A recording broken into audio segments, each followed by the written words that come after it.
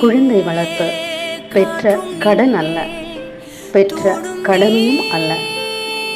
குழந்தைகள் நமக்கு வரம். பெற்றோர்களின் அன்பும் வளர்ப்பு முறைகள் மட்டுமே குழந்தைகளுக்கான வரம்.